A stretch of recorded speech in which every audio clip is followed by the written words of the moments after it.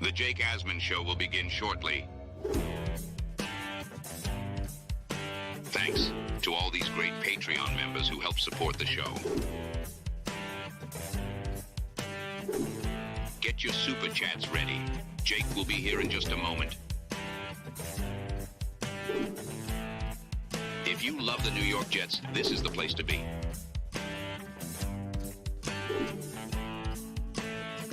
And now, the Jake Asman Show. The Jets are back on the practice field today. Tomorrow is the annual green and white scrimmage, so there's a lot to talk about there. Plus, how about what Marcus Spears said about the Jets on ESPN this morning? Super Bowl bound, we'll talk about that and much more with a first-time guest on the show. It's the Jake Asman Show. Let's hit it and get it started. Man, our Jets are primed for a historic season.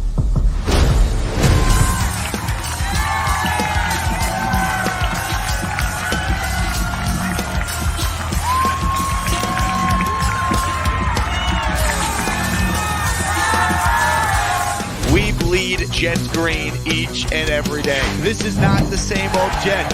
We have Aaron freaking Rodgers. We have Garrett Wilson. Let's go. We have Breece Hall. Please subscribe and hit the like button below. Super chat, baby. Cut the line. We have Sauce Gardner. We have Quinnen Williams. The Jets bandwagon is loaded. Now it's time to talk all things New York Jets. It's the Jake Asman Show. Here we go, Jet fans. Apologies for the mic issues at the top there. I just got back from doing 4 hours of goddamn radio in the morning. Shout out to all the Asmaniacs out there for your incredible support filling in for DiPietro and Rothenberg. So mic should be good now, and I'm excited to bring on a first-time guest on the show. Been a fan of this guy for a long time. He does a great job covering the Jets on his YouTube channel. Let's Talk Jets. It's him and Tyson Rauch giving you content all the time. This guy's been at all the Jet training camp practices that have been open for the fans. Ladies and gentlemen, it's primetime. Kevin Sirkin joining the show. What's up, Kevin? Appreciate you having me on, man. That is some intro that you got. Well done with all the graphics and stuff. Well, I shout out my man Gator who made all that. You know, I'm an idiot. I'm just a disgruntled. Same boat. Lot to talk about with you. We'll get to the comments that were made by Marcus Spears this morning on ESPN, but you're the perfect guy to have on. You'll be out there tomorrow for the green and white scrimmage. Give us your thoughts on what you've seen so far. What are the vibes like at all these practices? I've been the only one. What have you seen from the Jets? How are you feeling about this team? Yeah, I've been to 3 open practices. The vibes are incredible. Just having Aaron Rodgers back in the building. It seems like he's just in such a great space mentally. I love all the conversations with Garrett Wilson. I see people overreacting, about how they're communicating and is there an issue there? Like, no, like this is exactly where you want them to be at this point in training camp, figuring it out now so that you don't have to deal with it in September. So I think he's in a great place mentally. I think you have plenty of leadership throughout the roster from Tyron Smith to Morgan Moses and what they're doing after practice. And even young guys like Sauce, Garrett Wilson, Breece Hall, you see them stepping into their roles as leaders and kind of taking ownership of this team. So I just think it's a great vibe. I think the roster is in an amazing place. I think the question on everybody's mind is whether or not the coaching staff can get the most of it. When it comes to the quarterback, I mean, just watching Rodgers in practice, I had an absolute blast doing it last Saturday. I had so much fun. I'm going back tomorrow to do it again. You've been at all these. What are your thoughts watching number 8 up close? It's just so fun. I mean, he's like a kid out there. He makes you feel like a kid when you're watching him. You see he's enjoying it. He's having fun. But you also see the intensity as well. Like there's clearly a chip on his shoulder. He wants to go out a Super Bowl winner. He chose the Jets. Remember, he didn't have to choose us. He chose to come here. I think he wants to bring a Super Bowl to New York before he retires. And yeah, he looks good. He looks mobile. I love the direction of the offense. I actually think the offense, when it's all said and done, could be rated higher than the defense at the end of the year. I just think they're in a great space with him leading the way. That's so interesting you say that because obviously this is the defense has been top 5 the last 2 years, and they haven't had much help from the offense. What gives you the confidence in the offense to be that level of a team? Because, look, I mean, if you tell me we get the 2020 or 2021 version of Aaron Rodgers, then hell yeah, your thoughts on just what you've seen from the offense that makes you feel that confident? Well, I mean, not even just the quarterback, but what we have on the offensive line, 2 veterans at tackle. I mean, a Hall of Famer in Tyron Smith. You're throwing AVT back inside, which is his natural position. I love him along the interior. Obviously, we got to get Tippmann figured out with all the snaps, but I think he's going to be fine there. We know what Breece Hall is as a top 5 back. Now you have an absolute bowling ball and Braylon Allen right behind him, just, bringing me flashbacks with LT and Sean Green. I think that's going to be a great combo there. We know what Garrett Wilson's going to be. I think he's ready to become a top 10 wide receiver. I think the pieces also just complement each other so well. With Mike Williams on the outside, he could stretch the field. I think even Lazard could be a guy that you play on like obvious rundowns. He's a willing run blocker. Mike Williams can kind of become that Bryce Huff on the offensive side of the ball, where he's coming in on obvious pass downs, just stretching the field. Corley's going to be all over the place. I just think all the pieces complement each other very well. And obviously, if Rodgers is leading the way, I think he's going to get the most out of everybody. The key thing with this team, we all understand, it's like annoying to say at this point, is the caveat. You have to say health before anything. But let's assume the Jets have decent health with Rodgers, right? Like maybe he doesn't play 17 games, but 14 games. I think the biggest difference besides the offensive line changeover, they have a legitimate backup in Tyrod Taylor. Like Tyrod Taylor's good enough, Kevin, to go 2-1 over a 3-game stretch. That's why I feel really confident in just the makeup of this team. They could survive a conventional Rodgers injury if he, hurts his hand on someone's helmet throwing a pass and has to miss a week or two. They're not screwed like they were last year. And that's why it's so aggravating what happened last year. That was still a playoff caliber team with just a decent backup quarterback. And the fact that we have to flush another year away waiting on Zach Wilson, it pissed me off. But obviously, yeah, Tyrod looks pretty good. You see the difference in the second team this year compared to last year. He's already got nice chemistry with guys like Jason Brownlee, Malik Taylor. So he's running that second unit pretty well. No doubt. So the Jets are on the practice field right now. I mentioned that. We'll keep you guys up to date in real time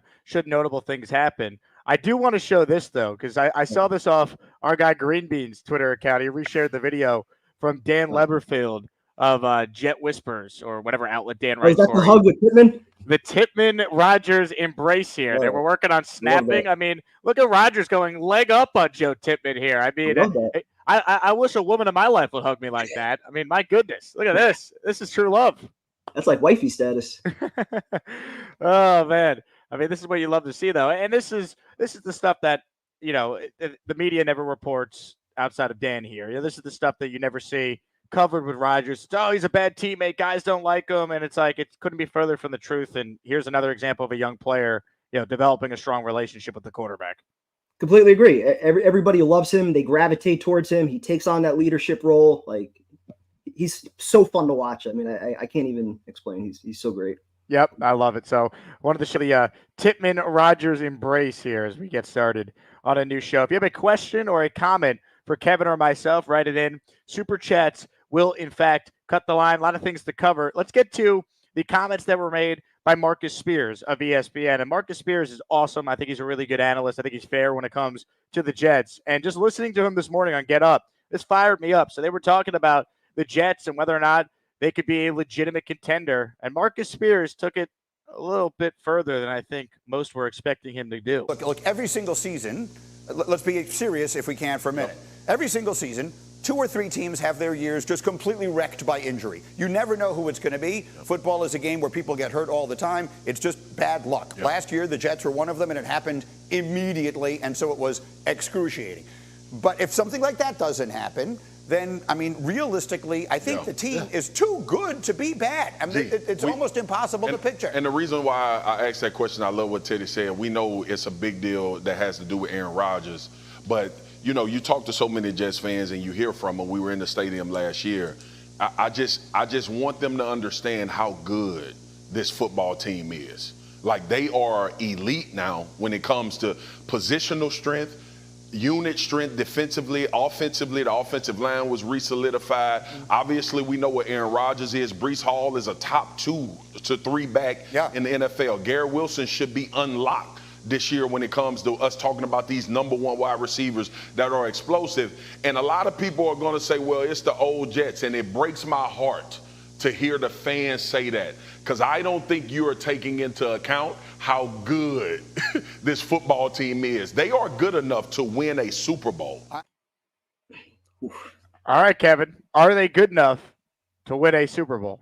Well, the one issue I have with that quote is how he said twice how good this team is. This team has not done anything yet. The players have a long history of success. I think this roster, I agree with him, is a Super Bowl caliber roster, but that obviously takes out of the equation the coaching staff, which is still relatively unproven. So Saleh entering year 4, he's obviously on the hot seat. He's got to make the playoffs this year. But no, I completely agree that the roster has all the talent you could possibly ask for to go on a deep playoff run and win a Super Bowl. It's a matter of staying healthy. Look, health by far, I think, is the biggest thing. There was one comment that Greeny made at the beginning there. This team is like too good to fail, like too good to be bad, outside of, he brought up what happened last year. And I think there's something to that as far as the regular season. Now, beyond that, that's where coaching comes into play. We all understand that. But as far as this team in the regular season, they've won 7 the last 2 years with a traffic cone at quarterback. Conventional logic will tell you if Rodgers plays the vast majority of the games with Tyrod being so much better than anything they've had as a backup, they at the bare minimum need to at least be a 10-win team and in the playoffs. And I think the goal should be, as I said on the radio this morning, they should be 12-5 AFC East champions. Like, they should win the division. That should be the goal for the regular season, win the damn division for the first time in over 20 years. I don't disagree with you, but I feel like we have to take baby steps. Like, having missed the playoffs 13 straight years, to me, like, that's the bare minimum. You have to make the playoffs. And I say that also, and I told this to Tyson, this roster, this young core that we have, I want to see them stay together. I want this to be our core for the next 5 to 10 years. I think they could do special things. But in order for that to happen, you have to take the first step and actually make the playoffs. So if you win the division, yes, that gives you the best chance with a home playoff game to go on a serious run. But at least making the playoffs, I think, prevents the doomsday scenario where you're tearing everything down, guys are asking for trades, and we're getting into that talk about rebuilds again.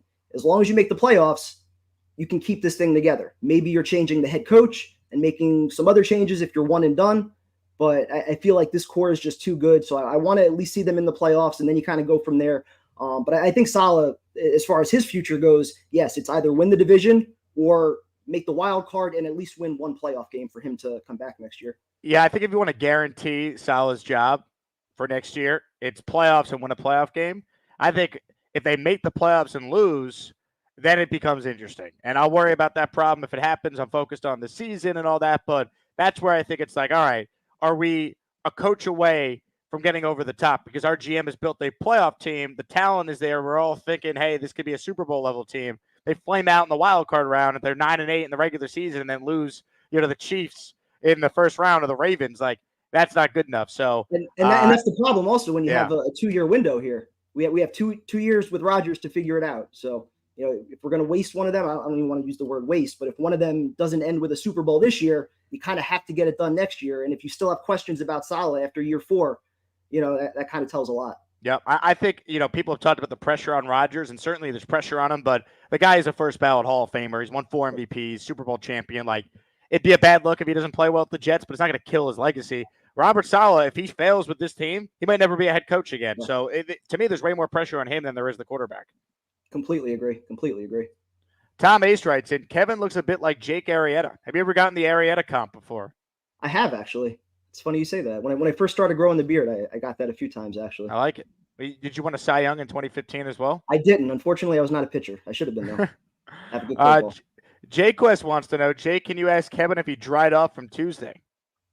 I'm still convinced 1,000% that was intentional, that they set that up. They put the water exactly in the right spot because I sit in the same seat every time. It could not have been a more direct hit. Right, it was gallons of water. I feel like I was a kid in a water park when you have the thing that fills up and it dumps on everybody. Like, that's exactly a direct hit. So I think it was intentional. Where were you sitting? Your usual spot all the way up top? Same spot all the way as up top, 50-yard line. Yep, same spot. And you'll be there tomorrow, right? You're going to be in your spot. I will be there tomorrow without video. No one's a better Florham Park veteran than you, I will say. I try to make it out there every time that I can. I mean, we have the 8 open practices this year. I go back to the days of Hofstra. I miss those, driving out, 2 hours, but at least you get the 2-a-days. You get the full day experience of it. You can come out whenever you want. You have nobody harassing you about taking videos. It used to be a very, very good time over at Hofstra. So I miss those days. The last time I went to a Jet practice at Hofstra, the Jets were eating cheeseburgers on the field, and Rex Ryan wasn't too pleased. I remember that. I was there. I was there with my dad. I was on Hard Knocks, too. I was in the background on one of the shots of Jericho Cottrey catching a touchdown. I was there for the practice. I think it was Herm Edwards who brought the fan on the field for the special teams drills that one day. Yeah. Pretty sure it was Herm Edwards that did that. Yep. You're right. That was Herm. Ladies and gentlemen, we're always looking for more channel members on this show. It's the lifeline of the show. So shout out to Maurice Sykes for making it rain for the people. Money, money, money, money, money, money. All right, if you hear your name called, you are officially an Asmaniac. Ladies and gentlemen, Maurice has gifted a membership to OG Jet Fan. That's our friend Tommy. Damas Morales, 3 siblings, Kyle Clifton, and how about this? The big fella. That's like a who's who of channel members right there, receiving a membership. Tremendous. Thank you to Maurice. Is that former Jet, Kyle Clifton? That is former Jet Kyle Clifton. That cool. is him. Just like we have Rex Ryan in the comment section as well. It's the former Jet head coach. We get that all the time. Yep. Let's see. This one is from Maurice. He cuts the line with his super chat. How about this, Maurice? You're too kind. Jake, you're the hardest working person for our team. I must say thank you for all the information and your dedication to the fans and the team. Maurice, your check is in the mail, my man. I appreciate the kind words. This one's from Nate, who writes in, if they lose in the playoffs early, do you think Hackett could be scapegoated and Salah keeps his job? Well, to me, Hackett is here as long as Rodgers wants him here. Like, as long as Rodgers is cool with Hackett, I don't think they're going to do anything in that regard. I mean, I guess things could change, but if they have a good offense and Rodgers is comfortable with Hackett, why would they make him the fall guy? I think you're right. And yeah, I don't see any scenario that Salah keeps his job if the Jets don't win a playoff game. Roster's too good. Bonesy writes in, if Rodgers is healthy, this could be the best year of my life. It's the year we've been waiting for. No reason for it not to be. You were telling me this off air. So you and Tyson have been doing content together for 10 years now. This is your 10th season? This will be our 10th season. The first year that we started doing the live streams every week, or it was the call-in show back then, was 2015, the Fitzmagic year. Man. So yeah. You've had one winning season during that stretch, but 0 playoffs. Correct. And a season ticket holder my whole life that has not had a home playoff game in over 20 years. So it has been a long, grueling road. That's brutal. You know what's crazy, too? Just you've been saying, 10 years you've been doing the content, and it's only the 5th year. It's been a long time since the Jets have made the playoffs. 2010's you really say it out loud, it's a long time, man. Obama was in his first term in office. Even just hearing that 10 years ago was the 2015 year with Fitz, that makes me feel old. That's 10 years ago already? That's crazy. Wow. All these losing years just kind of clumped together. Bad memories. The pain. Oh, the pain. Peter Castro writes in, Super Bowl or bust, stop the small talk, 14-3, and off we go. Sign me up. Peter, from your lips to God's ears. Chris writes in, Jake, let us not forget your favorite Rodgers stat when he has the defense that only allows. Yes, here's my favorite stat about Aaron Rodgers. In his career, Kevin, 80-10 when the Packer defense allowed less than 20 points. The Jet defense for 2 years has allowed 19.6 points per game. Which means the Jets defense is going to get shredded this year now. Watch. They'll have a top 5 offense and the defense will be trash somehow. They'll have every injury imaginable to that side of the ball because we can't have nice things. To me, though, that is a real thing. Not that I'm predicting injuries, but the one thing you can say about this defense the last 2 years, outside of Quinnen Williams missing 1 game 2 years ago, Sauce and DJ Reed missed a game last year against the Eagles. For the most part, I'm knocking on every wood I could find. They've been very, very healthy on that side of the ball, which is why, we can't just assume it's always going to be a top 5 defense. It's why it's get this offense as good as possible. So if, God forbid, there are some injuries defensively, you're not screwed because you're trying to win every game, 20-17. This team has firepower. They should be able to score some points. No, absolutely. They've been very fortunate injury-wise, and they also have a lot of pieces that they're replacing. I mean, Jordan Whitehead played 99% of snaps last year. You got Quentin Jefferson, JFM, who was very versatile on the D-line. Huff, obviously. We don't know what's going to happen with Reddick. So a lot of moving parts. And the point that I keep making is that I feel like opposing offenses are going to be attacking this defense completely different because you're not resting your hopes on Zach Wilson putting up 13 points a game. So you're going to see a lot more, downfield passing attacks. You're also going to see some games probably where the defense goes off with 5 or 6 sacks and, 3 or 4 takeaways. But I think they're going to get tested a lot more this year. Mike D's Nuts checks in. Primetime and Tyson got me through some bad years. How about that? Are you familiar with the work of the great Mike D's Nuts? Is this Mike D's Nuts? I think I've seen him in some comments, absolutely. I haven't seen any videos, though, I don't think. He's one of the greats. He doesn't call in much, but when he does, oh, baby. The chat got us through some rough times also. 2020 was not fun doing all these live streams at home, not being able to go to games. So chat helped us a lot, too. Was there anything worse than the 2020 season with Gase? No. Maybe the 2019 season with Gase, because it was obvious what was about to happen, and the fact that they brought it all back. I mean, and in hindsight, the worst thing that happened to them was that they went on the 6-2 second half Fakakta run against bad teams, and it's like, well, they won 7 games. It's like they were 7-9. Here's Darnold in year 3. He'll take that. It's like it was never happening with this coach. They killed Sam. I was one of the Sam Darnold truthers back in the day. I mean, I still think he's going to eventually be a good quarterback. It wouldn't surprise me if he ends up starting for the Vikings, but they just completely destroyed that kid. Wow, you are a Sam Darnold truther. So how did you feel about the Zach Wilson truthers and their delusion? I hated it.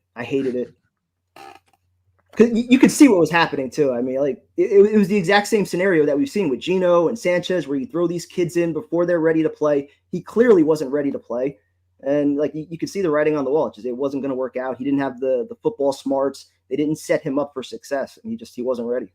John Pertucci with a super chat. Thank you very much, John. Always good to hear from you. This D-line's good to eat. So many first-rounders. Kinlaw's going to have a solid year. That guy's way bigger than I thought. Salah unlocking his potential. I have been very impressed by Javon Kinlaw so far. I loved his press conference earlier this week where he took accountability for his career, talked about how he's incredibly motivated to still be the player that everyone thought he was going to be when he was drafted as high as he was in the first round. You've been at all these practices. All the reports seem to be he's turning heads so far. What have you seen from Javon Kinlaw? No, definitely a lot bigger than I thought. I saw that press conference also. I think he put on, what did he say, like 35 pounds of muscle. So, yeah. He eats an entire grocery store every day, basically. That was my big takeaway on his diet. Easy guy to root for, like just seeing the passion there. He clearly wants to kind of rewrite his career. So I'm excited for him.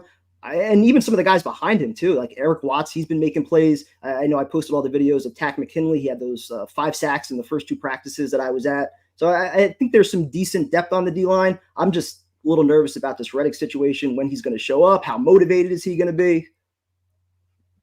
Let's get to the Reddick stuff. I want your thoughts on that, because I'm not worried yet, but I'd be the first to admit, I said last week when the Josina Anderson report came out that the 2 sides had positive talks. This was last Saturday. I'm like, all right, well, Sunday's an off day. Let's get it done so he's ready to roll by this Monday. Here we are on that Friday now.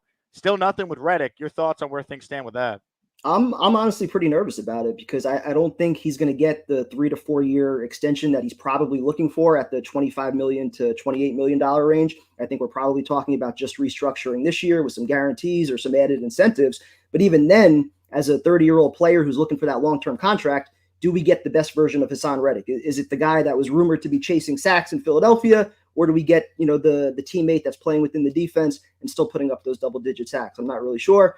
I worry also about like the Jets, like how they handled it. Did he give them any assurances that he was going to be there? Did he go back on his word? Like, did he say that like he was going to be at minicamp, training camp as we negotiated things? Like, the whole situation is just such a mess. And then hearing the report from Connor Hughes that he turned down the Jets offer prior to the trade. Why did they go along with it? Why did they finalize it? Just like so many weird things that happened with that. Yeah, it's to me, it's one of those things where like he needs to play at some point. He'd be cutting off his nose to spite his face. But then you wonder if he takes a while to show up, what type of shape is he in? Does he, God forbid, suffer an injury because his body's not ready to roll? If he's not playing at a high level early, like it's just, you don't want that. Like, to me, the Jets have to get this done sooner rather than later. I will start to get annoyed if he's not signed by the first preseason game, which is August 10th. So that is 8 days from now, 1 week from tomorrow. If he's not signed by then I'm going to start to get annoyed and start to think the worst. What message also does it send to DJ Reed, who's on the last year of his contract, has clearly outperformed his deal? Michael Carter, I mean, he's on his rookie contract making next to nothing, like $3 million this year. He's on the last year of his deal. Like, you got other guys that you have to worry about paying, plus your young core who's going to get, boatloads of contract. I mean, they're going to get paid ridiculous amounts. So, like, you have all these guys that you got to worry about paying. Reddick still hasn't put the jersey on yet, and he's already causing these problems. So I don't like the situation at all. Yep. That's a great point as well. OG Jet fans, our guy Tommy, he says, I love this team. I love Jet fans. Let's effing go. Yeah. All right, Tommy. Let's see you, big dog. Hit the like button if you're just tuning in. So the math is not mathing right now. Now, I'm an idiot. I'd be the first to tell you that. I'm a Jet fan. That obviously makes me sick and deranged in the head. I understand that. But there's 270 people watching right now.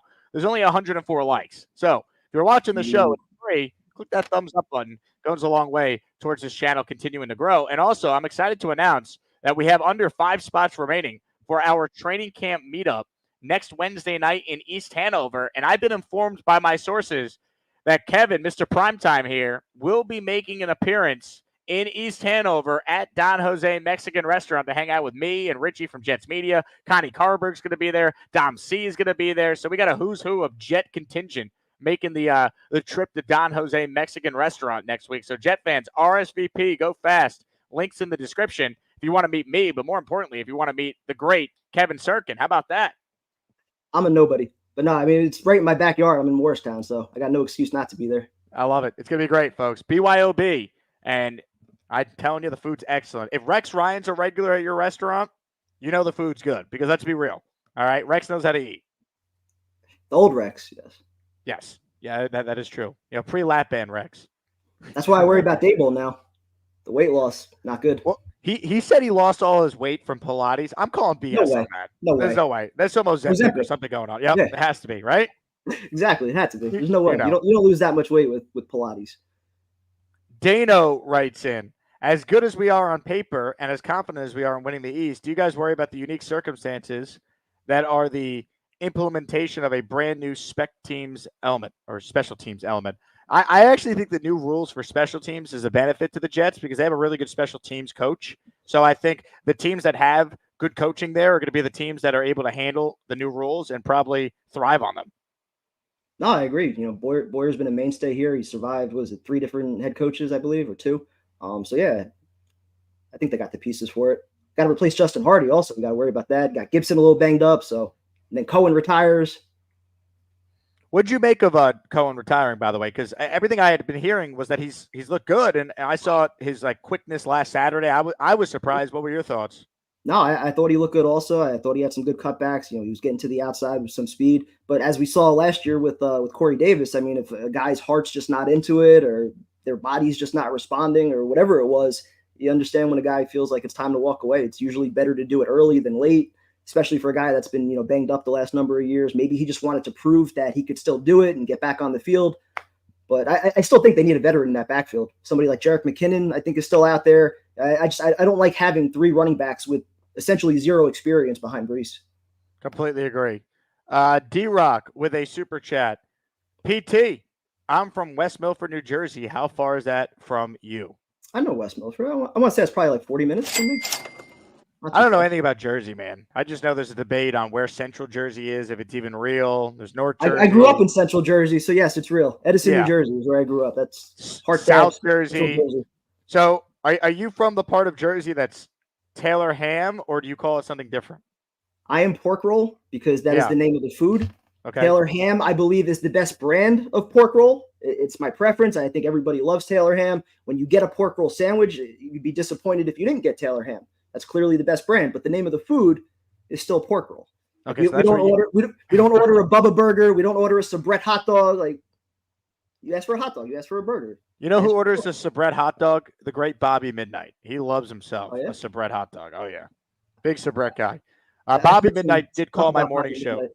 What'd you say, Kevin? I've heard some stuff about Bobby Midnight. I've not seen anything, but I've heard some things. Well, if he calls in, I'll put him on so you two can meet because he'll cry if I don't. He basically bullies me into putting him on with all my guests. Anyway.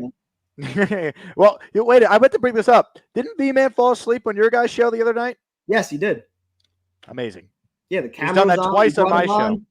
And Tyson even gave him like 30 seconds, 45 seconds. Like, no show. Man, V-Man, what are you doing, big guy? What are you doing? Got to get some sleep.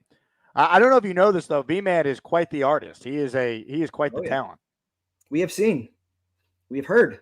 Has he ever played bass, and Jake for you? No, he has not. Well, I got some good news for you. Ladies and gentlemen, it's time for bass, and Jake. Get it started, Gator. Bass, and Jake. Bass, and Jake. Bass, and Jake. Bass, and Jake. Well, Super Jazz always cut the line. And the Boyelo dances really fine. When she's so tucking and back them jets. My senorita, you know she gets real happy. Real happy if that female look doesn't rhyme. Hey, Gator, it's a family show. Oh, yeah, I forgot. Bass, and Jake. Bass, and Jake. Bass, and Jake. Bass, and Jake.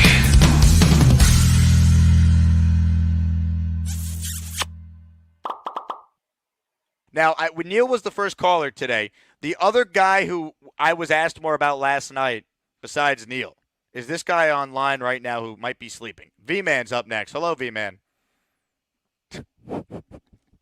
Come on. V-Man, you up? Yep. Yep. Sorry. Line is right. Line's freaking out. Sorry. That is outstanding.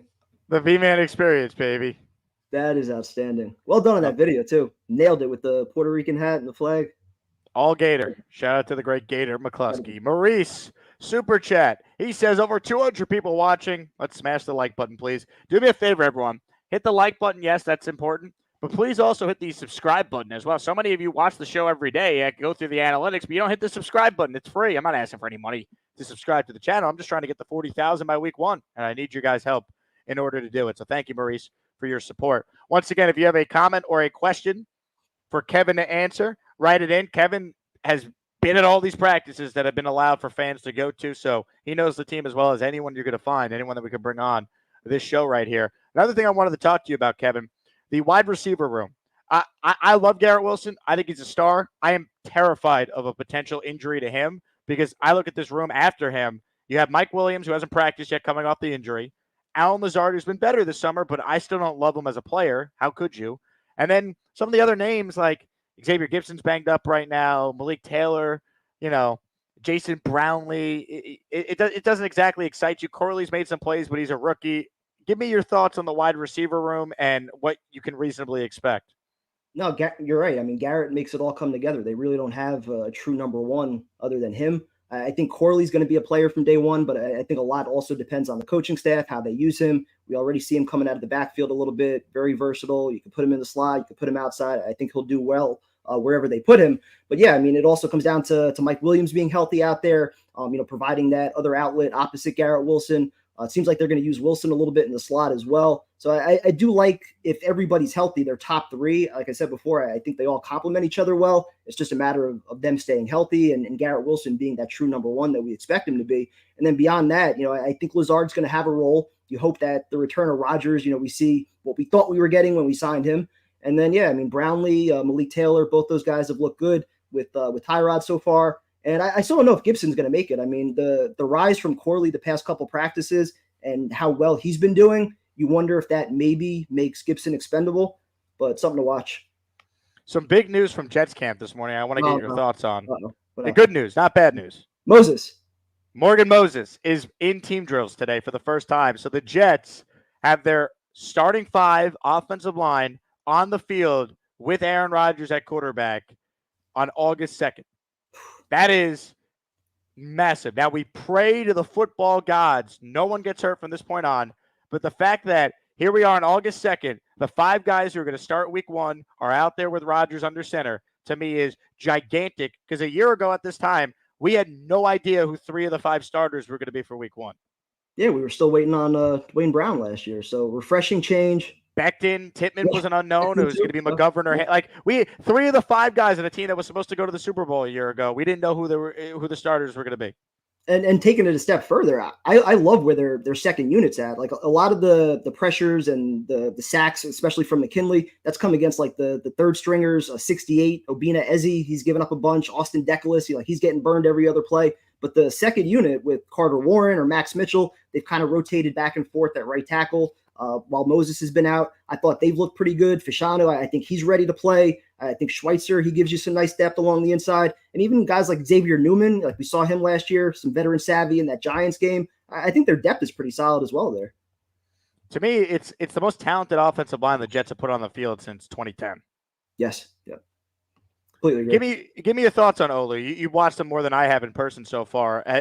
Everything I read is that he's been the real deal so far. What have you seen?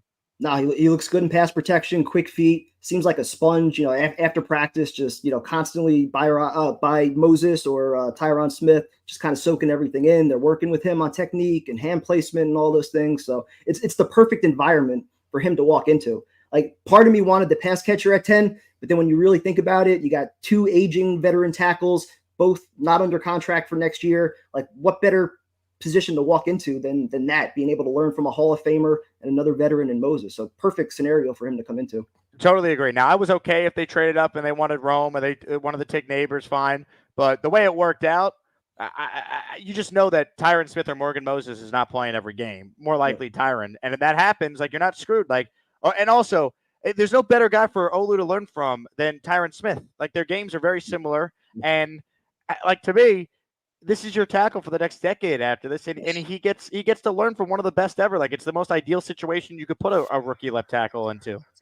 Body type seems very similar to DeBrickashaw. I don't know if you remember that first year. It almost seemed like he was built a little more like a tight end, and then he put on a little bit of weight, and then that second year is where like he really started to take off. I think Fashanu is kind of in that perfect situation right now. And I'll tell you what, it's easier to find a receiver if they need one by the deadline than it is an offensive lineman, right? So the Jets might be a receiver short right now. We'll see what happens with Mike Williams, or maybe there's another injury, God forbid. But you can find a receiver at the trade deadline. You can't find offensive linemen. When you try to find offensive linemen at the trade deadline, you end up with Roger Saffold, who I'm convinced actually never signed with the team, and that was just a figment of all of our imaginations. Unbelievable. But no, you're totally right. I mean, and I still think, maybe foolishly, but I still feel like the Davante Adams thing is going to happen. It just seems inevitable that at some point the Raiders, especially before the trade deadline, they're probably going to be out of it. I don't think they have the talent to still be in it or to be buyers at the deadline. And he's got $36 million cap hits each of the next 2 years. I think it makes sense for them to try to get what they can. And nowadays, it seems like more than ever, receivers can kind of control where they go a little bit, say, I'm not restructuring, I'm not going to alter my contract. If I go here, I don't want to play here. If he says, I want to be a New York Jet, it gives them a little bit of leverage to make something happen. I think eventually it will happen. I said this on the radio this morning. Like, to me, the Davante thing is absolutely still in play. The Raiders are underdogs in 8 of their first 10 games. You mean to tell me if they're 3-6, when Davante's contract is not guaranteed after this year, and they'll save $40 million on their cap if they move him, you're going to tell me that they wouldn't trade him if they're out of it? Of course they would. So, to me, if you're a Jet fan, root for the Jets to be good and root for the Raiders to stink, and then I think there's a clear path for Davante Adams to be a Jet.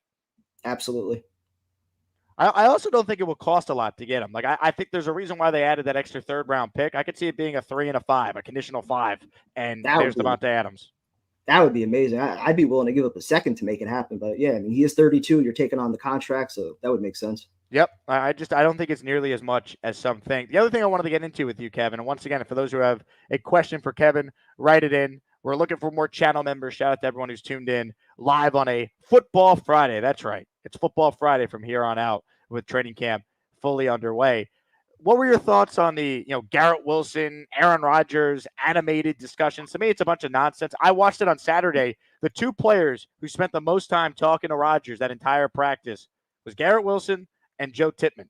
Like, this is what you want, man. You want your great receiver to be passionate and try and get on the same page with your Hall of Fame quarterback. So I thought it was the media trying to make it way more than it actually was. You've seen all these practices. Give me your thoughts on that. No, you're totally. I mean, these are two high-intensity guys, very, attention to detail oriented. They expect a lot from themselves. They want to win. Like, this is where you want them to have those conversations. And, like, they're still probably going to happen in September and October. Like, throughout the year, like, you're going to have games where maybe you're not on the same page. Maybe it takes a quarter or two to get going. You're going to see those conversations happen. Like, they're both very intense individuals with a high standard for themselves. But, like, those conversations are productive. I think that's what ultimately leads to success and getting on the same page. So I love that kind of stuff personally. 100%. And then, just the fact that Garrett feels comfortable to have those conversations with Rodgers, like, that to me is growth. That's a sign of a guy who's comfortable now in his third year and knows he's really good.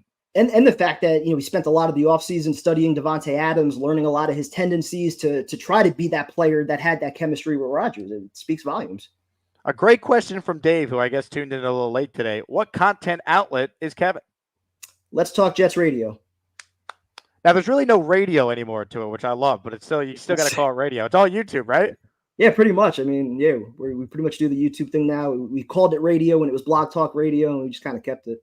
I love it. You guys were ahead of the curve, man. You guys were I didn't get into the Jet YouTube game. I mean, it kind of happened by accident for me, but like the first shows I remember watching years ago was like you guys were like really at like the forefront of like weekly Jet content on the internet. Yeah, I mean, it was enjoyable. It was different. It reminded me of kind of what I grew up on with Mike and the Mad Dog, where it was just callers calling in and a lot of craziness and a lot of rants, and it was fun. It was enjoyable, and I'm glad that we're able to kind of do the same thing now on YouTube. It's fun. Yeah, all the YouTube channel. I mean, the first YouTube show, I think I watched a video from O'Leary. Ian from Jet Central was doing his thing, and like now, forget it. I mean, now there's like 20,000 YouTube channels, and I'll continue to say it's a testament to how great this fan base is because people still watch all these shows despite the fact the team hasn't been any good in years. Yeah, exactly. We are as loyal as they come as Jet fans. We take a beating and we keep coming back. Tom Ace writes in, Jake didn't choose the YouTube game. The YouTube game chose him. Well, Tom, you might be right. I can't wait to see Tom Ace in person tomorrow. I got him a ticket for camp tomorrow, Kevin, for one reason and one reason only. He's responsible for saving me a seat at the 50-yard line to watch training camp tomorrow. Nice. The great Tom Ace, everyone. One of the greats. Michael wants to know, how good is McKinley? So Tack McKinley, I guess, is banged up right now. He's not practicing today, I saw. But everything I've been reading is that he's been dominant so far. What have you seen from him? He's been dominant. I just want to see it against better competition because, like I was saying before, the 5 sacks that I posted from the 2 practices, all 5 of them came against Obina Eze and Austin Deculus. So if you want to get like a better read on what he could actually do, let's see some reps against Carter Warren, Max Mitchell, even Olu. I think that'll give us a better indication of what he could do. But just looking at his first step, his speed coming off the edge, I mean, he looks like a player. So, all right, folks.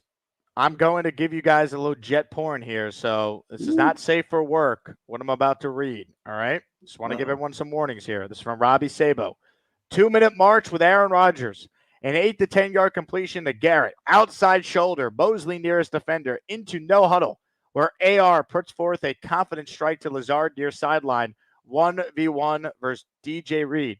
Again, it couldn't have been converted better. Trail, inside contact, but the quarterback's timing and confidence makes the back shoulder indefensible. Rodgers, touchdown. Next play, Garrett Wilson, 30-plus yards. Next level field vision in a messy pocket. On busted coverage, last chance taken by the solo high man. Tough one for the defense. Lastly, Brownlee redeems himself on a diving haul from Tyrod Taylor after beating Codrington. 25, 30 yards plus illegal contact. So, Aaron Rodgers cooking. Tyrod Taylor cooking. Jets football, baby. And that's all the little, in Hackett's defense, that's all the little things that we couldn't do last year, just as far as tempo, hurry up, like getting in and out of the huddle, the quick snaps, the adjustments at the line, like all the little fine details of the offense. They couldn't do that because they had to dumb everything down for Zach Wilson. Now you get to hopefully see that offense take the next step and grow a little bit. Did you see Zach Wilson seemingly has already lost any chance of being the Broncos starting quarterback? Probably. Haven't they demoted him to like the 3rd string already? They skipped his turn with, they skipped. So they've been doing like a rotation where each guy's gotten a day with the ones. They skipped his turn with the ones. That speaks volumes. Yeah. Not surprised. It's almost like he's not good, you know? I still say he's got the physical tools, but he needs at least like 2-3 years on the bench, just watching veterans and just kind of completely resetting whatever it is that he learned from his time here and all the bad habits that he developed. You know what it is? Like, this is the example I've used before. Like, you could be a great golfer at one area of golf. You could be a great long driver. Like, there's long driver competitions. Doesn't mean you're going to win on the PGA Tour if you're the best long driver in the world. If the other elements of your game aren't good. Zach Wilson could throw the ball far. He's a good athlete. Everything between the ears doesn't work. That's the bottom line.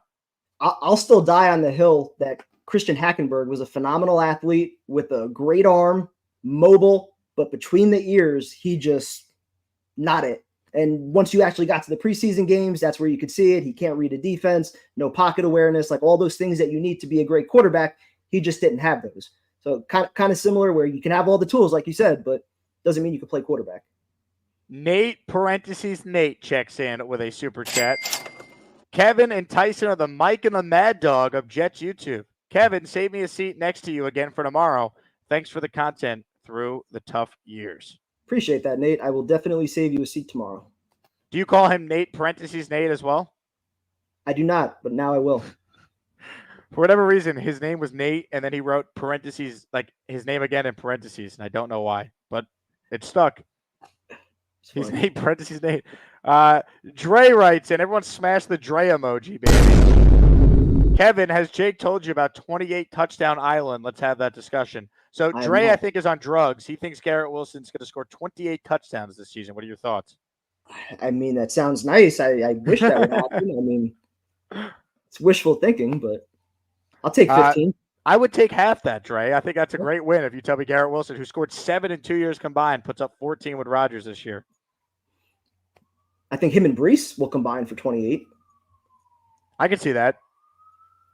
Speaking of the Jet running backs, how many touchdowns for Braylon Allen? Because I do think he's going to be someone that's going to be used a lot. Yeah, no, he's definitely going to be used a lot in the red zone. Red zone fourth quarter, where you hope to see him take over some games. Let's see. This one is from Nate, who says, my mom even calls me that now. Nate, parentheses, Nate. That's great. Oh, man. Hit the like button if you're just tuning in. Appreciate everyone watching the show. Once again, if you tuned in late, just want to say thank you to all the Asmaniacs. A bunch of you called the show this morning, tweeted me. So thanks to everyone who listened from 6 to 10 this morning on ESPN New York. It was a lot of fun. David writes it. Do you think there's a chance the Jets bring back Connor McGovern? Certainly possible, especially if the yips continue with Tippmann. I think they're going to give him some time to figure it out, though, and I think they like Schweitzer as well. And Newman, obviously, he's got some versatility, guard and center. So I think they're going to give these guys at least an opportunity for the first game, or maybe even the first 2 games of preseason. And then if it's still an issue, maybe they do bring in McGovern. Jquest says it's more likely that Kevin gets soaked by water tomorrow than I getting a membership.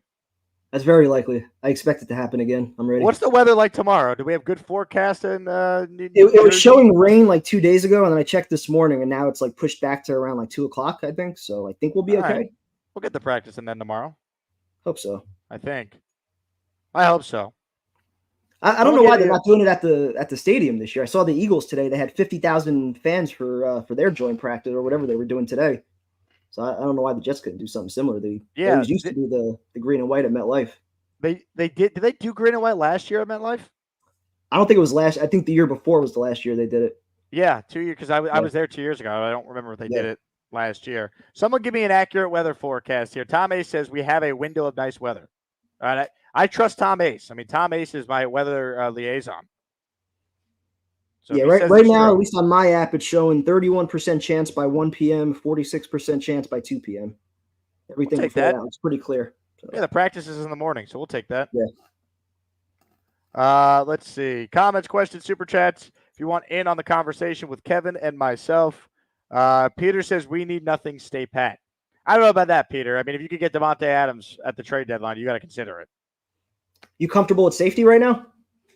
I mean, I've heard good things about Chuck Clark from people I trust. You've seen him. I mean, to me, he's an underrated player. I think Tony Adams is going to be better this year, another year in this system. Like, I'm not as down on the safety spot as maybe others are, because I just have so much faith in the defensive coaching staff. They won a game last year where Craig James is lining up against A.J. Brown. Like they're really well coached on that side of the ball. I think they're going to be okay. Well said. I want to see a little more Ashton Davis this year. How has he played this summer? I haven't heard much. I think he looks pretty good. I mean, he's gotten better every year. Obviously, he knows the system as well, so I'm excited to see him get an opportunity. There was a comment from someone here. I'm trying to find it. I'll work on that. It was from a Bills fan. I wanted to make fun of him. Let's see. Joe Baxter writes in, we just got a new family dog, and my wife named him Jet. Wow. You got a great wife, Joe, if your wife is naming the dog Jet. Well done on the name. Isn't that Wayne Corbett's son's name? Right? Wayne Corbett's son is named Jet? I think so. I didn't know that. Evan Roberts' kid is named Jet. Or maybe that's what I'm thinking of. I don't know why I thought Wayne Corbett. You confused. I knew somebody was named Jet. You confused Jet legend Wayne Corbett with fellow redheaded talk show host Evan Roberts? That's sad. I love it. Same height, I guess. Let's see. John wants to know, do you think Jason Brownlee will make the team? As of now, I would probably say yes. He's probably your number 6, or even if you're keeping Irv Charles, he could be your 7th receiver. Yeah, I think he has a definite shot to still make it. I think there's a reason they kept him last year. Bigger body, another guy that could stretch the field, provide some depth behind Mike Williams if he's not 100%. So, yeah, I think right now he's safe. I think the question becomes about Corley and Gibson. If they feel like Corley can fill that role in the slot and there isn't as much of a need for Gibson on special teams, that might make a difference. I'm not sure. But I think for now he's on the roster. Kevin writes in, or excuse me, Mr. McMoney writes in, Kevin, unban me from the channel. Did you ban Mr. McMoney? And it probably was deserved. I've never banned anybody. Actually, there's maybe 3 people that I've blocked that like made it really personal in the comments. Other than that, I don't think I've ever blocked anybody. Usually Tyson's the one that has the controls. So yeah, I don't think that was me. Well, Mr. McMoney, you got to contact Tyson Rouch. That's it. I can't help you. Harvey says, lots of great folks in here. Let's smash the like button. Yeah, we got 323 people watching right now. Oh, baby. Can we get over 200 likes? God. What is it going to take to get some likes around here, man? I don't know what it's. Tough crowd out there, man. I mean, seriously. I did want to read a recap of practice here from one of my favorite guests, Nick Faria. He broke down his big takeaways here, so just to update people on what's happening. And then I got Boy Green coming on today at 4:30 Eastern, folks. So we'll do that this afternoon, more on today's practice. But this is from Nick Faria, his takeaways from today's practice. Biggest takeaway, Morgan Moses appearing in team drills today. Starting O-line got work together for the first time in camp. Offense continues to look impressive, especially Rodgers to Wilson. Strong showing from the linebackers, including Chaz Surratt and Zaire Barnes. How about this? Ashton Davis was all over the field today. Best defensive player today. Ashton Davis was the best defensive player on the field with a defense full of Pro Bowlers. How about that? Good to hear, man. And even about the linebackers too. You need some depth. I think both guys, Barnes and Surratt, I mean, they were pretty impressive last year, pretty athletic, sideline to sideline guys. So good to hear they're playing well. Guitarist writes in with a super chat. We just named our new puppy Breeze because his original name was Breeze. Easiest decision of my life. Got to get him a jersey like my other dogs have. For those interested, in the works right now in the Jake Asman merch store is a doggy bandana that I'm trying to get finalized this weekend to launch next week. So I am a dog owner. Well, my family is anyway. Shout out to Chloe. So we're working on Jake Asman show pet accessories. So that's in the works. So shout out to everyone who owns pets. Very cool. Chris says, all on here, man. Oh, we're trying, man. We're trying. Chris says Boy Green is annoying. We want BJF. I love the Buffalo Jet fan, but he's a tough guy to get a hold of. But he will be on the channel soon. All right. Until then, you will look at Boy Green, Chris, and you will like. I'm gonna lose my gosh darn bananas.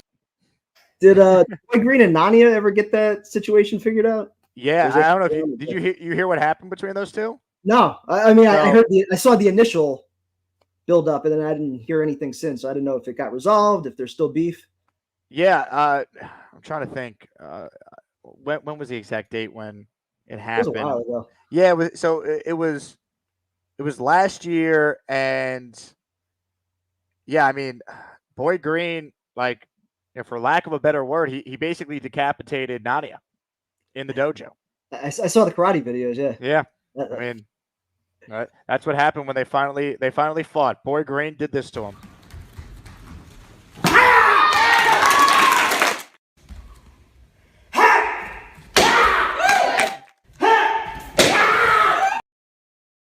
I used to have the specific video of Boy Green actually decapitating Nadia. I don't have that specific cut, but it does exist in.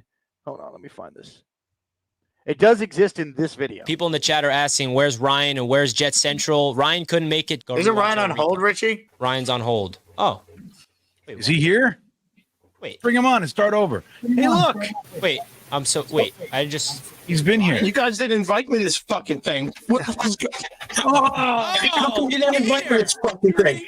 All of a sudden, like, I come on the YouTubes and I see all this green. It looks like Shrek took a shit. Shouldn't that guy be in jail? And did you see what that guy did with Nania? Into the Taekwondo! You gosh darn go! I changed my profile pic to a Patriots logo as a joke, and now Twitter is not allowing me to change my profile pic back. So it appears I. Oh gosh! Be in jail. That's great. What the heck was that? So I was there for that too. Yeah, what a day that was. What a time. Good times. Let's see. Jordan wants to know, do you think we're going to see a lot of Corley and Ruckert in the preseason? Yes to Corley for sure. They're going to try and get him as ready for the season as possible. He needs all the reps he can get. Ruckert too. I mean, he's still a young player, still has to prove himself. I wonder what's going to happen now with Ferkster being here. I mean, how does that impact the tight end discussion? Is he going to be more of a fullback? Do they look at him as being the third tight end? And does that push Kuntz and Yeboah or potentially both of them out? Because I think both of them have looked pretty impressive early on. So that's a nice battle to have right there. I think the thought process on Ferkser is we don't need to carry an exclusive fullback because if we go 3 tight ends, we also have our fullback position covered with Ferkser. I think that's what they're thinking.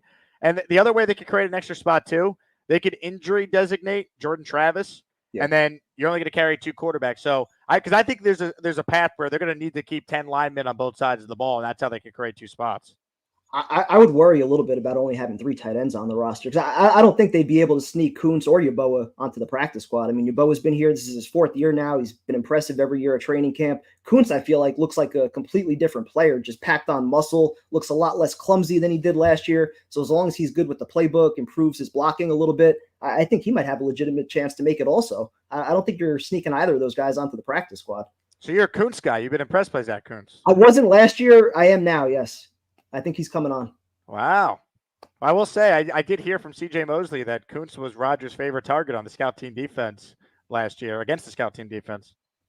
Hard not to be at 6'9", 6'8", whatever he is. I just love the clip in Hard Knocks where he scores a touchdown, but Rodgers is like, you ran the wrong route. Yeah. The details, man. Yep. The details matter. Playbook and blocking. Ladies and gentlemen, Keith Best has gifted 1 channel membership.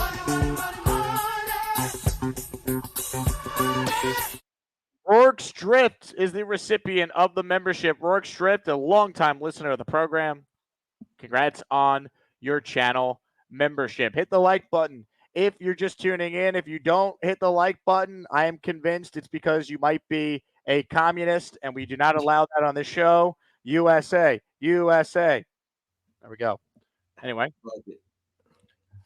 All right. Comments, questions, all that good stuff. Do you have time for a couple calls here, Kevin, before we wrap with you? Yeah, sure. I'm good. First up on the Gusbuster Umbrella Hotline is Tommy. Hello, Tommy. Hey, what's up, Jake? Kevin? How are you guys? What's going on, Tommy? Kevin, I talked to you last night. I don't know if you remember me, but a couple quick points. One thing that you briefly said about Kuntz, I just don't think that he's going to make the roster just because Yeboah has special teams. He could contribute to special teams, where Zach Kuntz, I know he's a big body, and I just don't see how we have Zach Conklin and Jeremy Ruckert, and then if we're going to keep Yeboah, how we're going to keep that 4th tight end Kuntz. The other thing was Tyron Smith. Oh my God, he's the monster. He's the man. He's going to teach Olu for the next 10, 15 years of how, well, I don't know about 15 years, but he's going to be the next DeBrickashaw Ferguson, if not better. I can't wait for that. My biggest thing, actually, before I get to my biggest thing, was I think we should sign back Connor McGovern just for the fact that he's a teacher. He could just sit on the coach, just like Antonio Cromartie. He don't even have to strap up and put pads on. He could just teach Tittman little small things where I understand Aaron Rodgers knows every position on the field, but Aaron Rodgers never played center. And I would think bringing in on a minimum salary Connor McGovern, it can do nothing but help us on a Super Bowl run. And then just my last thing was with the 5 receivers. I know we got Garrett Wilson. I know we got Mike Williams coming back. We got Lazard stuck on his contract. Gibson's a little hurt. And the thing is, where I'm concerned about is we have Irv Charles, who is not really a wide receiver. He's just a gunner. He's Justin Hardy, and that's his role on the team. He's right, but I would rather have Jason Brownlee or Malik Taylor, who's going to be, I think, a better wide receiver than Irv Charles can ever be.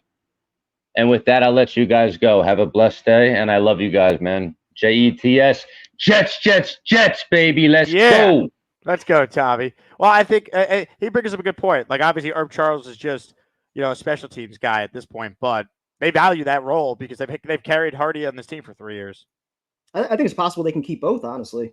Mm-hmm. Brownlee also making it, depending on, obviously, if they need Gibson or not to hold that special teams role as returner.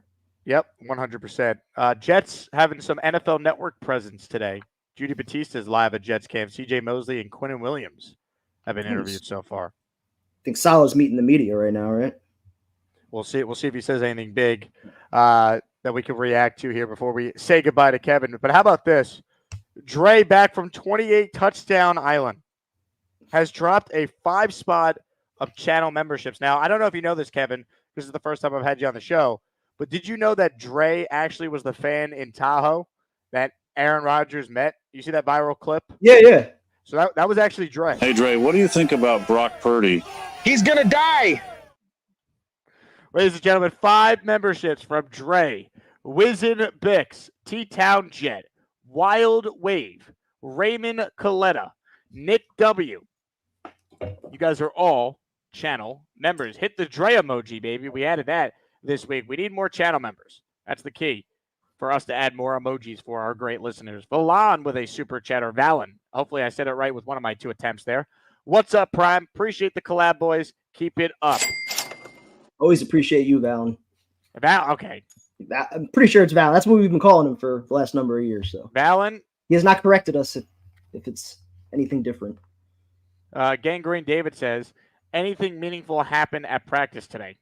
I would say the Jets beat the Jets.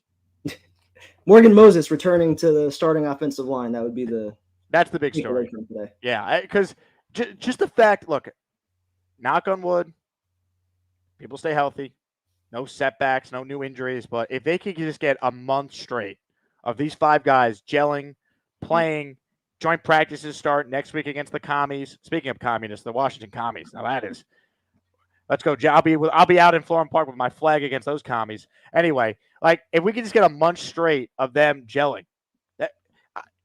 oh my God, that would be huge. That would be huge for a team that's relying on a 40-year-old coming off injury. All starts in the trenches. Got to get that chemistry. Nate writes in, the Jets were running around and they were really fast. Have the Jets been running around and been really fast when you've been there, Kevin? A lot of running, a lot of sweating, some footballs being thrown around.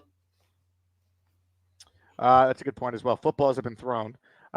Darth God says, I would be satisfied to see the Jets make the playoff. Your expectations are very low. I'm not going to poo-poo a playoff appearance, but this season, this team is too talented to just, that's all right, they made the playoffs, I'm satisfied. Like, no, we should have higher expectations than that. No, completely agree. Again, just making the playoffs, like I was saying before, I think that buys you another year of keeping your core together and having some good vibes in the building. But yeah, I mean, the roster is way too talented not to expect a deep run through the playoffs. Tom A says, Jake equals Captain America. I agree. Speaking of the Commanders on Saturday, did it bother you at all that Saleh went to the media with the report about Rodgers not playing at all in the preseason before he actually talked to Rodgers? Like this coming after how he handled the whole mini camp thing. It just seems like there's always some kind of issue with how he relays certain information to the media, not communicating it beforehand with players. Like, what are your thoughts on that? Yeah, I think it comes across like a little clunky, but then you hear the full comment and he's kind of like laughing. Like he's like, well, like I think Aaron already knew he wasn't going to play in the first 2. And then if you hear Saleh's comments, it's like, I'm undecided about the third one. So like, which kind of makes sense. Like it doesn't sound as bad as maybe as it does in print when you hear, like he's kind of laughing with Costello who's asking him like the question. But I'm with you, man. I mean, I think Saleh has to be more proactive instead of reactive with some of his media stuff. I think that's a fair thing to bring up. And can we get some injury news correct? Seems like every time he says, "Oh, this guy's not going to play," he plays. He's going to play. He doesn't play. It's always the opposite. 2 years ago, it was really bad with that because he got burnt really bad with some of those. I feel like he didn't say as much this past year, but that's still something that's going to stick with him. Yep. Let's see. Carly writes in, nice flag. Who gave it to you? I don't know. It might have been the July Employee of the Month for the Jake Asman Show. Oh, that's cool. How about that? Congrats to Carly on the huge honor. Carly's predicting 17-0. What are your thoughts on that? Sign me up. Yep. Why stop there, Carly? Let's go. How about 20-0? I feel like this is probably a 12-win team. I've been saying 12-5 AFC East champions. That sounds right where they should be. Someone said, I'm a Jet fan. I can't drink the Kool-Aid after last year. And I said, all right, I'll do it for you. I understand, honestly. Fans that are in that boat, like, you want to see the team prove it first, but also, like, you should have a little bit of excitement. Like, this is, as you were saying before, this is as talented of a roster as we have seen in at least a decade, if not longer. Like, there's no reason not to have some good vibes right now. So 100%. try to enjoy it. And by the way, that Kool-Aid tasted like 12-5 in AFC East champions. I just want you to know. John writes, and last chance to get a comment for Kevin or a question by Kevin answered.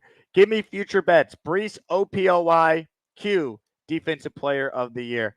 Brees for offensive player of the year, I don't think that's a bad bet at all.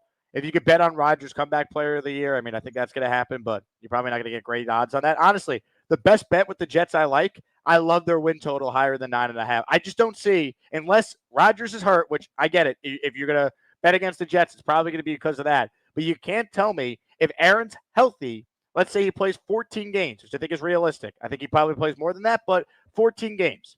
You can't tell me a team that's won 7 the last 2 years with a traffic cone at quarterback can't find a way to win 3 more with an easier schedule this year and be at least a 10-win team.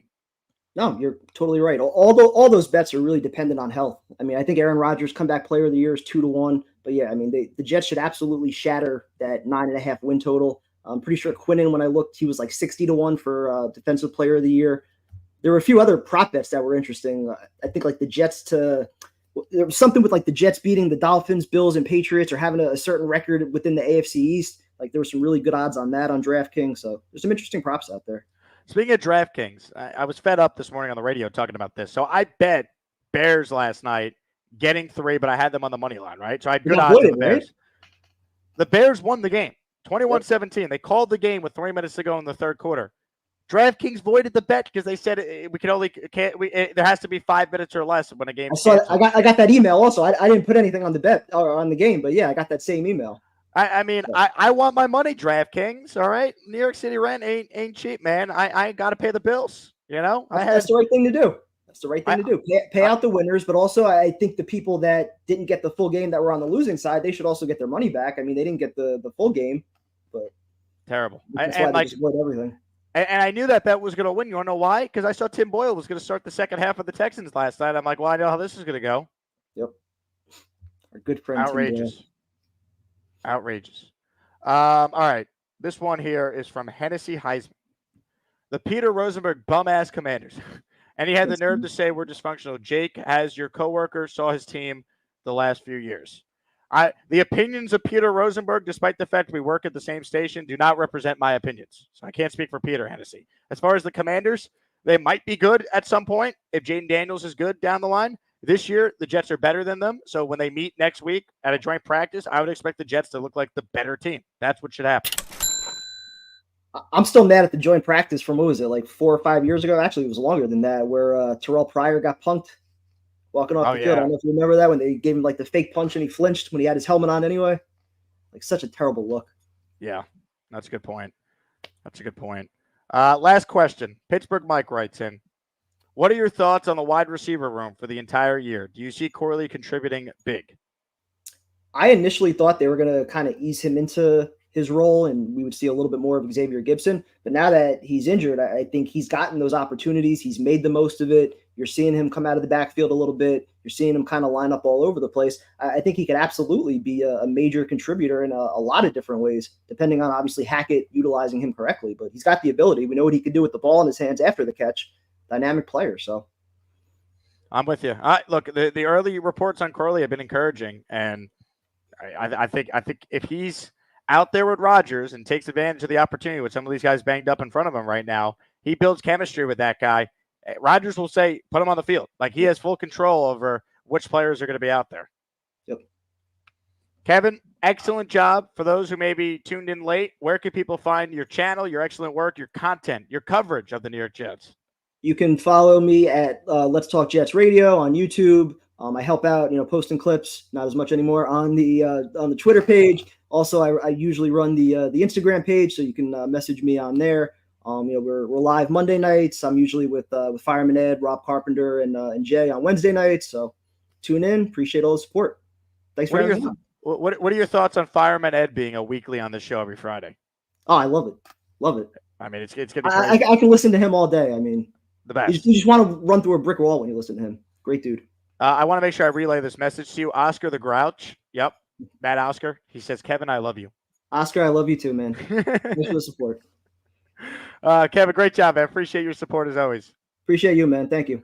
Kevin Serkin, check it in. I'll stay on for a couple more minutes here. He does a great job covering the Jets. Check out his YouTube channel. Him and Tyson Rouch, he's been on the show a bunch. Do a great, great job. Reminder, folks, next Wednesday, less than what? 5 days from now? 7 p.m. East Hanover. RSVP, just a few spots remain. So make sure you check that out.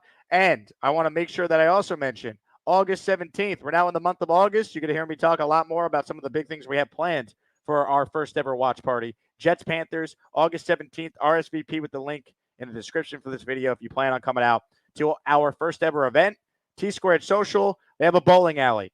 Yeah, that's right. They have golf simulators. In fact, the simulators I learned, it's not just golf. If you want to have a football simulator, like actually throw passes, you could do that with their simulators there. They're multi-sport simulators at T-Squared. The food's great. We're going to have drink specials, food specials, ping pong, darts. It's going to be a great night. RSVP if you're coming. Everyone who comes to that event is going to at least receive one of these that I got in the mail yesterday. An official Asmaniac bottle opener and phone holder. That's right. I wish I could show you guys on camera here, but basically your phone goes in one of the slots here, so you could turn it sideways and watch games on your phone or whatever else you want on your phone. So shout out to everyone. The countdown to T-Squared Social is underway. Let's see. Make sure we didn't miss any super chats here. Mr. McMoney says, thoughts on Corey Davis still sitting out there? I'm surprised no one has signed him. I don't know what type of money he's asking for, though. But I am surprised. We'll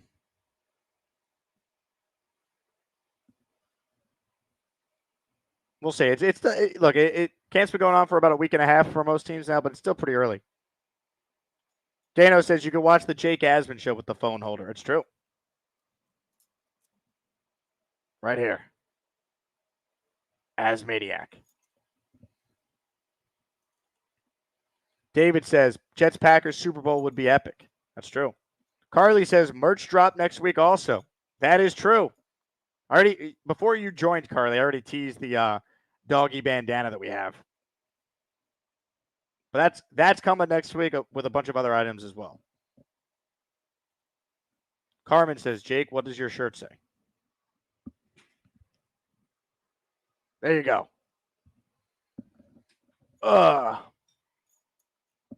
Nate says, does next week's merch drop include a blender bottle? I actually don't know the answer to that, Nate. We're still working on that. We'll tease some of the items over the weekend. Someone wrote Deion Dawkins is a clown. I can't wait for Quinnen to eat his lunch. And Reddick when he signs a deal with the Jets and Jermaine. They're coming.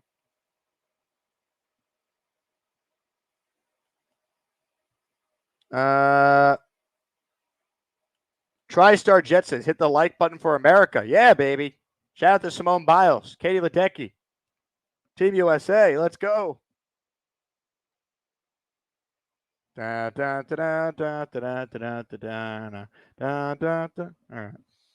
Where's V-Man? Let's get him to do the Pledge of Allegiance again.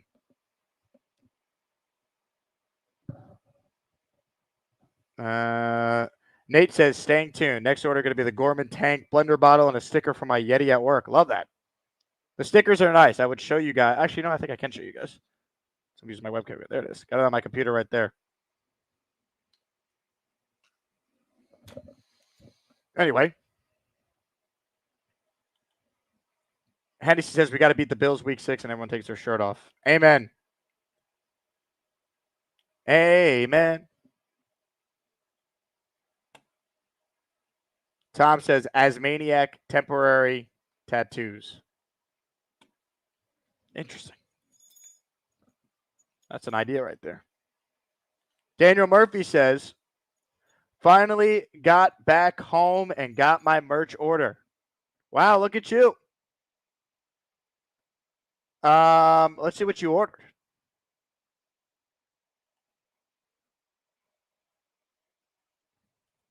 Usually I get an email alert. Let's see. Also, shout out to the Asmaniac who ordered something at 4:49 in the morning today. Let's see.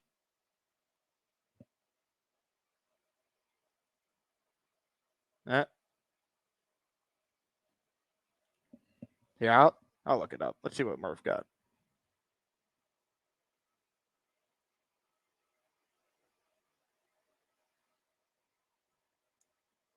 Let's see.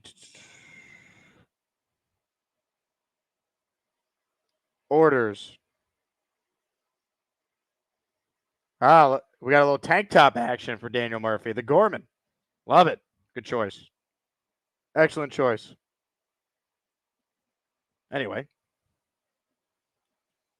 I digress. Let's make sure we didn't miss anything here before we wrap.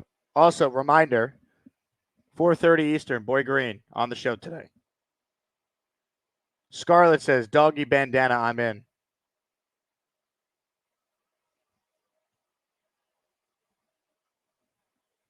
Love that. R&R says, our dog Rookie. Can't wait to be an Asmania. That is a great dog name, Rookie. Love that. Love that. Tom says, is the Gorman the most popular item in the store? It's certainly up there. It certainly is. I'll tell you what. When Charles Gorman calls in for the first time, rocking the Gorman, the amount of tanks we're going to sell that day because of that sexy beast. Oh, man, I can't wait. Anyway, I got to run. I got some things I got to do. But we're going to be back at 4:30 today with a bonus show with Boy Green. Carly says mugs are most popular. Our director of merch store operations says the mug is the most popular item in the store. Love that. That's good. They come in 3 sizes. What is it? It's 12, 15, and 20.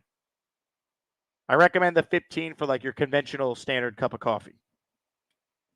So shout out to everyone who's purchased merch. Truly appreciate it. If you're a Patreon member, everything in the merch store is just 15% off. Every item. It's included in your membership. You get to use the exclusive Patreon code we give out.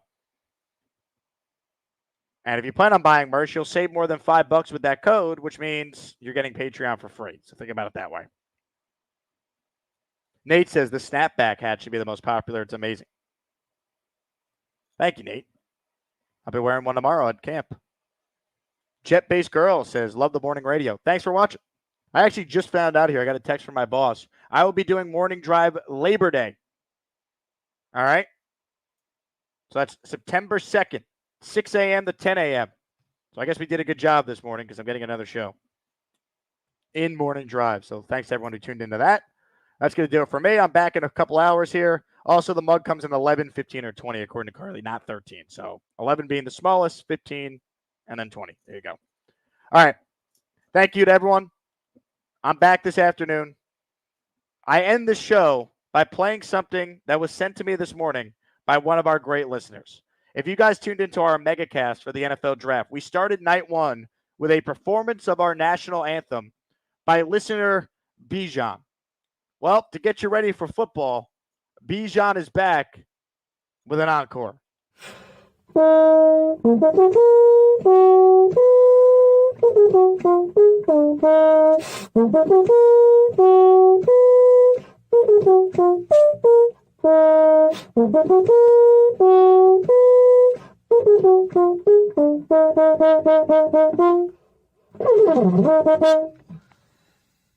Let's go, baby.